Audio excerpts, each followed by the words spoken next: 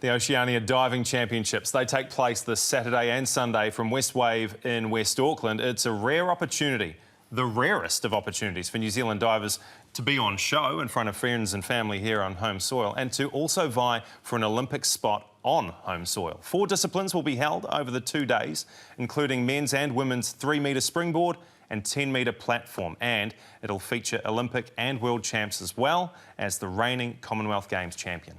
2 of our divers who'll be competing join us now. Lizzie Q, Liam Stone, thanks so much for your time this morning. Thank you for having us. Great to see you. Now, this event, it also doubles as an Olympic qualifying event. So, Lizzie, how strong is the field on show this weekend?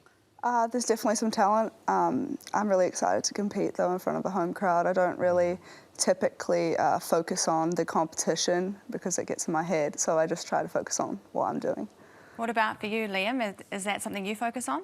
Yeah, absolutely. Yeah, I just sort of, as Lizzie said, there's going to be some amazing diving, but I just sort of, focus on my own thing and do what I can. And in terms of opportunities to qualify for Tokyo, is there others? Is it all on this competition? Yeah, so there is another opportunity. So this is our sort of continental qualifying opportunity, and then following this in April we'll have the World Cup, the Olympic test event, and that'll be sort of our main and final qualifying opportunity. How many people do you sort of get through in these opportunities to qualify for the Olympics? Oh. It's a top 18 at the World Cup, and obviously at this Oceania Championships it's top 1. Okay, so you've got to be the best of the best. Yes. When was the last time you guys actually competed in a diving event in New Zealand? Can you remember?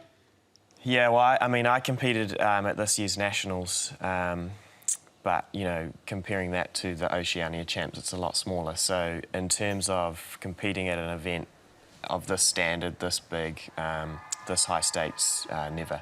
So this is a super exciting opportunity, yeah. Is it similar for you, Lizzie?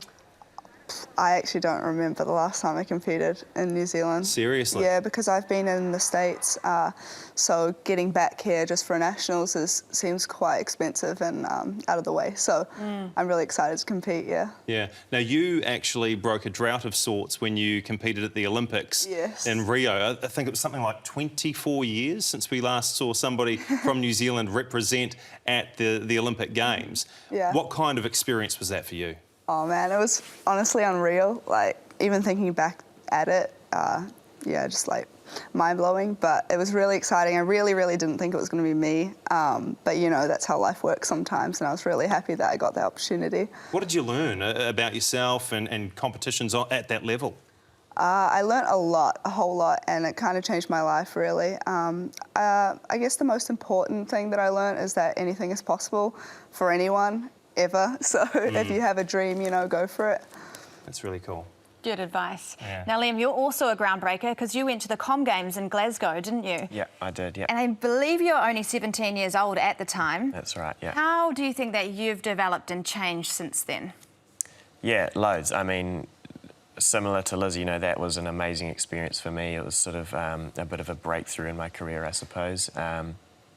And you know, since then I've just, you know, continued to slowly build my experience and build off of a lot of learning that I had. That was a big year for me, and I learnt a lot, and so I'm always learning, but I still take lessons from back then and apply them now. Can you give us an example of one of those lessons? A big lesson, I just remember being so nervous during my first event, my first dive in particular, and that's normal. I still get nervous now, you know, but just knowing that, you know, it's all okay. It's all part of competing, and so to sort of overcome that now, I've really worked on my sort of pre-competition routine and routine in between dives, and that just sort of helps me control the controllables, I suppose, and settle the nerves. Yeah. Now, Lizzie, both of you actually have earned scholarships to the States. How beneficial do you think that's been in furthering your career? It's been huge. I don't think I'd be where I am today without it. It's, you know, one of those opportunities that you have to take when it's presented, and you know, we compete every weekend almost when we're over there, which is something you just don't get over here. As well as getting a, you know, tertiary education, it's huge, and you know, the friends you make, the experiences you have, like, it's, I don't know. you can't beat it. Yeah.